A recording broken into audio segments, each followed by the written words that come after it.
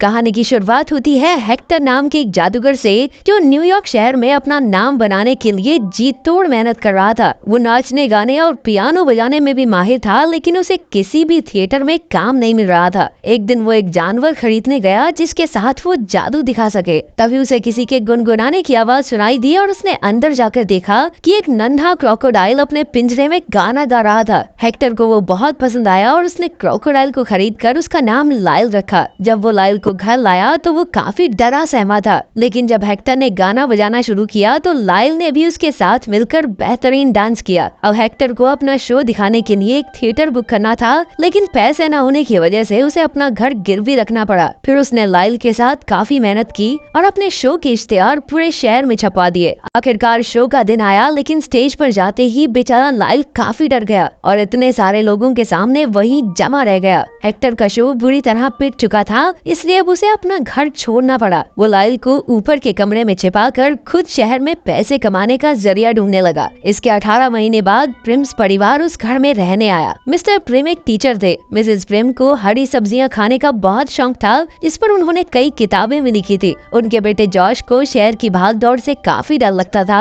इसलिए वो यहाँ आकर ज्यादा खुश नहीं था। जब वो तीनों घर के बाहर पहुँचे तो उनकी मुलाकात अपने पड़ोसी मिस्टर ग्रम्प और उनकी बिल्ली लोरेटा से हुई। अपने नाम की तरह ग्रम्प काफी खड़ूस आदमी था और वो बिना बात ही उन्हें कहने लगा कि अगर मोहल्ले के कानूनों के खिलाफ जाओगे तो मैं पुलिस बुला लूंगा। खैर, पड़ोसी के अलावा इस नए घर में आकर प्रिम्स काफी खुश थे। जॉश के पास अपना कमरा था, लेकिन रात को ऊपर के कमरे से आ रही अजीबोगरीब आवाजों ने उसे डरा दिया। वो ऊपर गया और तभी उसे कांच के डिब्बे में लाइल दिखा जो मूर्ति बनने का नाटक कर रहा था। जॉश को भी लगा कि लाइल एक नकली क्रोकोडाइल है, इसलिए वो उसे नजरअंदाज करके लौट आया। अगले सुबह मिसेस प्रिम उसे अपने साथ न्यूयॉर्क की भीड़ से भरी सड़क से होते हुए ट्रेन में स्कूल लेकर गई ताकि उसका डर थोड़ा कम हो जाए। लेकिन जॉश के स्कूल का पहला दिन काफी बुरा रहा, क्योंकि उसे दोस्त बनाने नहीं आते थे। वो पूरा समय अकेला रहकर घर लौट आया। फिर उसके कमरे की खिड़की पर पड़ोस की बिल्ली लोरेटा आई और उसका रखा सारा दूध पी गई। फिर जॉश उसे अंदर लाकर उसके साथ खेलने लगा। अचानक उसे ऊपर के कमरे से फिर से वो अजीब सी आवाजें सुनाई दी, इसीलिए वो लोरेटा के साथ वहाँ जांच करने पहुंचा। अचानक उन्होंने लाइल को हिलते हुए देख लिया। बिल्ली गुर्राकर उस पर कूद गई और जैसे ही लाइल ने हैरानी से अपना मुंह खोला तो वो सीधा उसके पेट में जा गिरी। ये देखकर जॉश के तो होश उड़ गए और वो जोर जोर से चिल्लाने लगा। तभी लाइल खिड़की से भाग निकला और जॉश लोरेटा को छुड़ाने के लिए उसका पीछा करने लगा। जॉश को ऊंचाई से काफी डर लगता था,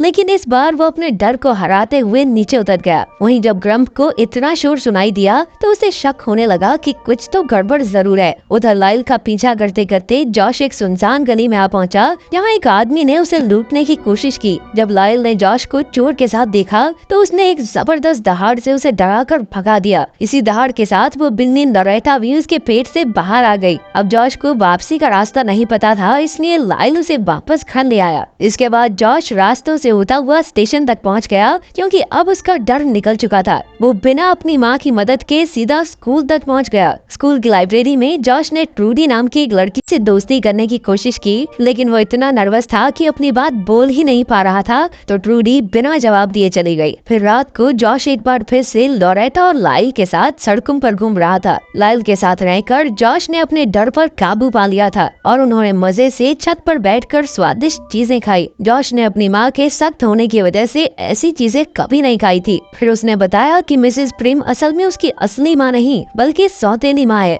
जब वो सिर्फ 2 साल का था तो उसकी असली माँ की मौत हो गई थी। ये बात कहकर वो थोड़ा उदास हो गया। लाइल कुछ बोल तो सकता नहीं था, इसलिए उसने गाना गाना शुरू किया और जॉश को भी अपने साथ नचाया। अगली सुबह जब मिसेस प्रिम ऊपर आई तो अपने बेटे को एक भारी भरकम क्रोकोडाइल के साथ देखकर उनके होश उड़ गए। रात को तो ठीक सोया था, सुबह मोगली कैसे बन गया ये? उन्होंने तुरंत जॉश को उठाया और बाहर भागने लगी, लेकिन लाइल ने थोड़ा गाना गाकर उन्हें समझाने की कोशिश की कि उससे डरने की कोई जरूरत नहीं है। लेकिन मिसेस प्रिम तुरंत जॉश को लेकर बाहर आ गई। वो अपने पति को फोन करने लगी, पर आखिरकार जॉश ने उन्हें समझाया कि लाइल ही उसका इकलौता दोस्त है जिसके साथ उसने खुश रहना सीखा है। मिसेस प्रिम के लिए जॉश की खुशी से बढ़कर और कुछ नहीं था, इसलिए वो लाइल को रखने के लिए राजी हो गई। इसके बाद जॉश स्कूल चला गया और जब मिसेस प्रिम वापस लौटी तो उसे ऊपर से अजीब आवाजें सुनाई देने लगी। उसने ऊपर जाकर देखा कि लाइल तो मजे से नहा रहा था, जिससे वो बुरी तरह डर गई और दौड़कर रसोई में आ गई। उसे शांत करने के लिए लाइल ने एक बार फिर से मीठा सा गीत गीत गाया और साथ ही उनके लिए खाना भी बनाने लगा। उसे देखकर मिसेस प्रिम को अपने पुराने दिनों की याद आ गई और जल्द ही वो उसके साथ मिलकर केक बनाने में जुट गई। इसके बाद उन्होंने पेंटिंग भी की और फिर जब वो सोने गई तो वो इतनी खुश थी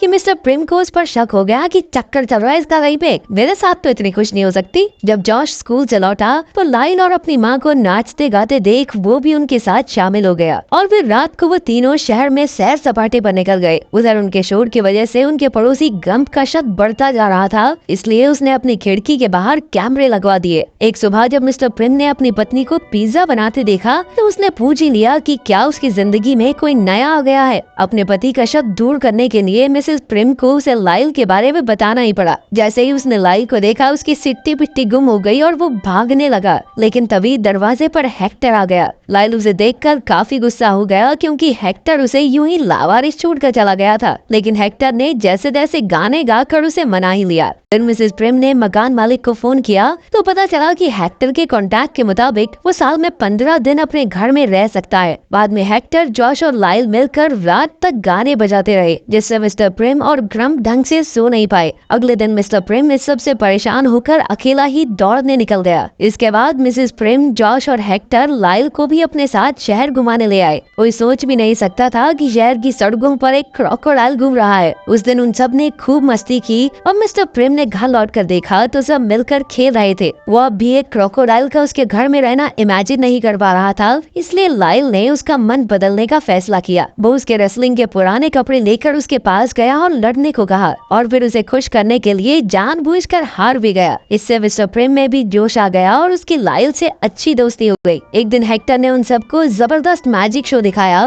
और आखिरकार लाइल को गाना गाने के लिए बुला लिया। लाइल प्रिम्स परिवार को पसंद करता था, इसलिए उसने गाना गा दिया, लेकिन हेक्टर को लगा कि अब तो वो हजारों लोगों के सामने शो करने के लिए बिल्कुल तैयार है। अब उसने लाइल को तैयार करना शुरू कर दिया। जॉश ने उसे समझाया भी कि इस वक्त लाइल को एक परिवार की जरूरत है, लेकिन हेक्टर नहीं माना और उसे अपने साथ शो के लिए ले गया। कुछ घंटों बाद हेक्टर लौटा तो वही हुआ जिसका जॉश को डर था। लाइल स्टेज पर फिर से डर गया था। खैर, जॉश ने लाइल को गले लगाकर कहा कि वो जैसा भी है बहुत अच्छा है। उधर हेक्टर एक बार फिर से कर्ज चुकाने का जुगाड़ लगाने निकल गया। अगले दिन ग्रम्प ने मोहल्ले की मीटिंग में प्रिंस परिवार पर इल्जाम लगाया कि वो जरूर कुछ न कुछ छिपा रहे हैं, इसलिए उन्हें यहाँ से निकाल देना चाहिए। लाइल की वजह से जो शोर होता था उसे मिस्टर प्रिंस झुकला नहीं सका, लेकिन ऐन वक्त पर हेक्टर ने कहा कि अबे तू भी क्या बोल रहा है, बिना परमिशन के कैमरे लगा के सबकी जासूसी करता है ये। अब ग्रम्प का पासा पलट गया था, इसलिए उसने गुस्से में कहा कि वो बदला जरूर लेगा। प्रिंस परिवार ने हेक्टर का शुक्रिया अदा किया, लेकिन वो कुछ ही पलों में रफू चक्कर हो गया। फिर वाइल्ड लाइफ कंट्रोल वाले लाइल को उनके घर से लेने आ गए, क्योंकि असल में हेक्टर ने ही उनकी खबर देकर पैसे कमाए थे। लेकिन बेचारा लाइल अब भी लोगों के सामने गाना गाने से डरता था। आखिरकार वो उसे पकड़कर चिड़ियाघर ले गए और ये सब ग्रम्प ने भी देख लिया। अगले दिन प्रिंस लाइल से मिलने गए और जॉश तो उसे छुड़ाना चाहता था, लेकिन उसके माँ बाप ने समझाया कि लाइल के लिए यही अच्छा है। ये सुनकर बेचारा जॉश काफी परेशान हो गया, क्योंकि लाइल ही तो उसका इकलौता दोस्त था जिसके साथ रहकर उसमें इतनी हिम्मत आई थी। और तभी अचानक वो बेहोश होकर नीचे गिर गया। उस रात लाइल अकेला बैठकर गाता रहा, क्योंकि वो बाकी क्रोकोडाइल से घुल मिल नहीं पा रहा था। उधर हेक्टर पैसे लेकर शहर से निकल गया, वहीं दूसरी ओर सब लाइल को बहुत याद कर रहे थे। मिस्टर प्रिम ने अपनी रेसलिंग के कपड़े वापस रख दिए और मिसेस प्रिम ने पेंटिंग करना छोड़ दिया। ग्रम्प की बिन्नी लोरेटा तक ने खाना पीना छोड़ दिया और अपना जॉश बेचारा रोता हुआ लाइल के बेड पर ही सो गया। फिर शाम को जॉश ने देखा कि हेक्टर उससे मिलने आया था। वो अपने किए पर काफी शर्मिंदा था और उसने जॉश से माफी भी मांगी, लेकिन जॉश उसे नजरअंदाज करके घर में चला गया। खैर, अब हेक्टर अकेला ही चिड़ियाघर में पहुंच गया, जहां उसने सलाखों से अपने हाथ में हथकड़ी लगा दी। जब सिक्योरिटी गार्ड ने उसे छुड़ाने की कोशिश की तो हेक्टर ने बड़ी चालाकी से वो हथकड़ी उसके हाथों में ट्रांसफर कर दी। अब वो चाबियां चुरा कर सीधा क्रोकोडाइल्स के पिंजरे पर पहुंचा, लेकिन लाइल ने गुस्से में उस पर बिल्कुल ध्यान नहीं दिया और बाकी के खूंखार क्रोकोडाइल्स उसका शिकार करने के लिए आगे बढ़ने लगे। उसी वक्त जॉश भी वहां पहुंचा, लेकिन उसने कहा कि वो हेक्टर की मदद तभी करेगा जब वो अपनी गलतियां सुधारेगा। फिर हेक्टर ने लाइल से दिल से माफी मांगी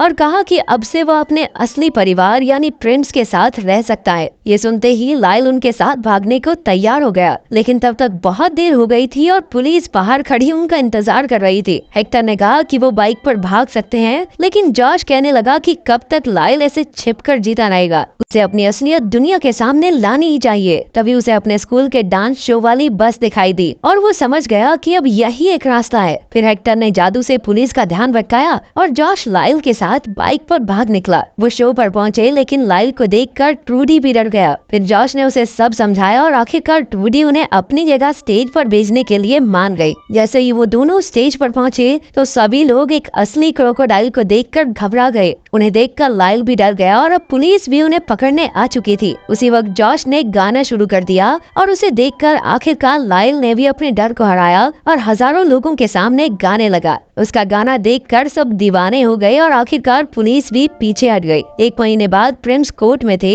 क्योंकि उनके पड़ोसी ने क्रोकोडाइल को घर में रखने के लिए उन पर केस कर दिया था। जज को भी ग्रम्प की बात सही लगी, लेकिन इससे पहले कि वो फैसला सुनाता, हेक्टर एक बड़ी खबर लेकर वहां आ पहुंचा। असल में उसे लॉरेटा की मदद से घर के असली कागज मिल गए थे जो ग्रम्प ने उससे चुराए थे। उन कागजों से पता चला कि हेक्टर की दादी ने न्यूयॉर्क चिड़ियाघर बनाया था, इसलिए सरकार ने उन्हें घर पर एक जानवर रखने की छूट दी थी। आखिरकार जज ने प्रिंस के हक में फैसला सुनाया और सभी खुशी से नाचने लगे। फिर प्रिंस लाइल के साथ घूमने निकल गए, लेकिन हेक्टर उदास था क्योंकि उसने लाइल के साथ शो बुक कर लिए थे। लेकिन तभी ट्रूडी उसके लिए एक तोहफा लेकर आई जो कि एक सांप था जो बहुत जबरदस्त बीट बॉक्सिंग करता था।